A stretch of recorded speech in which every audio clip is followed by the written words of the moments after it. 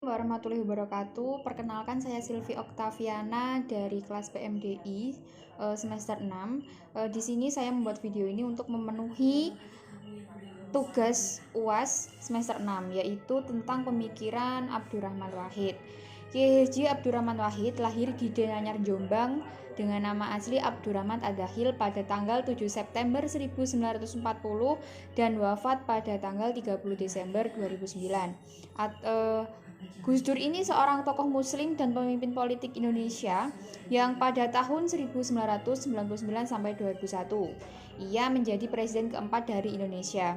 Pengganti Presiden B.J. Habibie dipilih oleh Majelis Permusyawaratan Rakyat pada pemilihan umum 1999 dan pemerintahannya dibantu oleh Kabinet Persatuan Nasional. Kepresidenan Abdurrahman Wahid dimulai pada tanggal 20 Oktober 1999 dan berakhir pada sidang khusus MPR tahun 2001. Abdurrahman Wahid adalah mantan Ketua Tanfiziah Nahdlatul Ulama dan pendiri Partai Kebangkitan Bangsa atau PKB. Gus Dur adalah putra tertua dari 6 bersaudara. Gus Dur lahir dari keluarga yang sangat terhormat di masyarakat Muslim Jawa Timur. Seperti ulama sebelumnya, Gus Dur meyakini bahwa tujuan utama menurunkan ajaran Islam dalam kehidupan adalah untuk mewujudkan kepentingan umat. Islam yang fundamental dan memberontak yang penuh dengan kekerasan dan intimidasi jangka panjang, Islam yang damai akan memungkinkan orang untuk menjalani hidup selamanya. Ditemukan bahwa potret kehidupan hubungan interpersonal mengandung esensi model yang sebenarnya. Inilah esensi Islam dan representasi dari nilai-nilai sejarah Islam. Salah satunya digagas oleh Gus Dur. Menghadapi Islam, hal ini melimpahkan sifat kebajikan, mendukung Islam dengan karakter moderat, toleran, dan tidak berlebihan. Kedudukan ideologi Islam ini memberikan suasana kepada masyarakat untuk lahirnya kebiasaan hidup yang santun dan memelihara landasan moral yang luhur. Rahmatan lil alamin yang diperankan Gus Dur adalah perjuangan Islam, perjuangan religius yang nyata dalam perjuangan kemanusiaannya. Ia mengedepankan cinta, persaudaraan, dan kemauan untuk hidup berdampingan dalam damai. Islam memiliki kebudayaan Indonesia sebagai negara dengan basis komunitas Islam terbesar di dunia. Indonesia memiliki banyak aset berharga, termasuk organisasi komunitas Islam seperti Nahdlatul Ulama. Menurut Nahdlatul Ulama, lahir sebelum Indonesia merdeka dengan ciri aswaja an-nahdiyah naldiyah yang syarat dengan nilai-nilai ideologi Islam moderat. Islam moderat dalam Nahdlatul Ulama memiliki arti bahwa Islam memiliki prinsip menghargai perbedaan dan menghormati orang yang berbeda kehidupan. Muktamar Nahdlatul Ulama ke-33 diselenggarakan di Jombang, Jawa Timur pada 1 sampai 5 Agustus 2015. Gerakan Islam moderat bercirikan nilai-nilai budaya dan agama yang akan dikembangkan untuk mendukung pembangunan nasional. Dalam konteks tersebut, menarik diamati mengenai pluralisme terkhusus mengenai pemikiran Gus Dur, di mana beliau dikenal sebagai ikon pluralisme dan juga sebagai bapak pluralisme. Pluralisme dalam pandangan Kiai Haji Abdurrahman Wahid adalah menghargai perbedaan, bukan menyamaratakan yang berbeda. Jika dipetakan, Kiai Haji Abdurrahman Wahid mengenai pluralisme secara garis besar terbagi menjadi 3, yaitu keadilan, kebebasan beragama, dan kebebasan berpendapat sebagai hak asasi manusia. Dari pemikiran pluralismenya tersebut diwujudkan dalam kebijakan-kebijakan dan tindakan-tindakan pada masa pemerintahannya.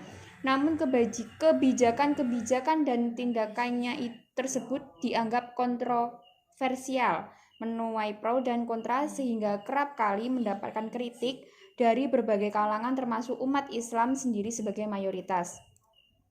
Pribumisasi Islam menurut Abdurrahman Wahid yang sesuai dengan kondisi keindonesiaan dengan mengembangkan aplikasi nas baik Al-Quran maupun Al-Hadis dengan cara menggunakan pemahaman kontekstual. Misalnya, Rasul Subhanahu wa Ta'ala tidak pernah menetapkan beras sebagai benda zakat melainkan gandum. Abdurrahman Wahid memberikan definisi pribumisasi Islam sebagai sebuah kesadaran akan perlunya memupuk pengembangan akar-akar budaya lokal. Menurut pandangannya, agama Islam dan budaya memiliki independensi masing-masing, tapi keduanya memiliki wilayah tumpang tindih. Hal ini dapat dibandingkan terhadap independensi antara ilmu pengetahuan dan filsafat. Orang tak dapat berfilsafat tanpa ilmu pengetahuan, tetapi tak dapat dikatakan bahwasanya ilmu pengetahuan ialah filsafat. Di antara keduanya terdapat tumpang tindih termasuk perbedaan-perbedaan. Islam bersumber pada wahyu serta memiliki norma-norma sendiri. Sebab bersifat normatif, maka ia condong menjadi permanen, sementara budaya ialah buatan manusia. Sebabnya ia berkembang berdasarkan dengan perubahan zaman dan cenderung akan selalu berubah. Tapi perubahan ini tak menutup peluang manifestasi kehidupan beragama dalam sebuah bentuk kebudayaan berpandangan bahwa meskipun Islam lahir di Arab, tetapi tidak identik dengan budaya Arab. Karena itu, harus ada pembedaan mendasar antara agama Islam dengan budaya Arab. Tampak sekali kalau Abdurrahman Wahid sangat berhati-hati dalam memberikan terminologi atas gagasannya itu. Sejauh mungkin ia menghindari ungkapan-ungkapan yang berbau politis, pemberian definisi pribumisasi yang sangat mungkin didasari oleh pertimbangan agar lebih memasyarakatkan dan terkesan netral, meskipun harus diakui atau beberapa hal yang harus diklarifikasi. Sekian penjelasan dari saya. Terima kasih. Wassalamualaikum warahmatullahi wabarakatuh. Waalaikumsalam. Kadang dikate, piro? 6 menit. Halah rapopo. Loh, kok main 6 menit? Ini pintar Pak. Ayo, daripada akeh menit ya kok. Ya 15 menit dari jagang HP. Kau mau? Loh, yo saya delok tak cetekan aku sik. Engko urung ngkai judul bareng. Sejane lu engko lek dawa kudu akeh yo. Nah.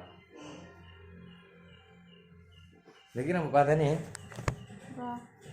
Bener ya.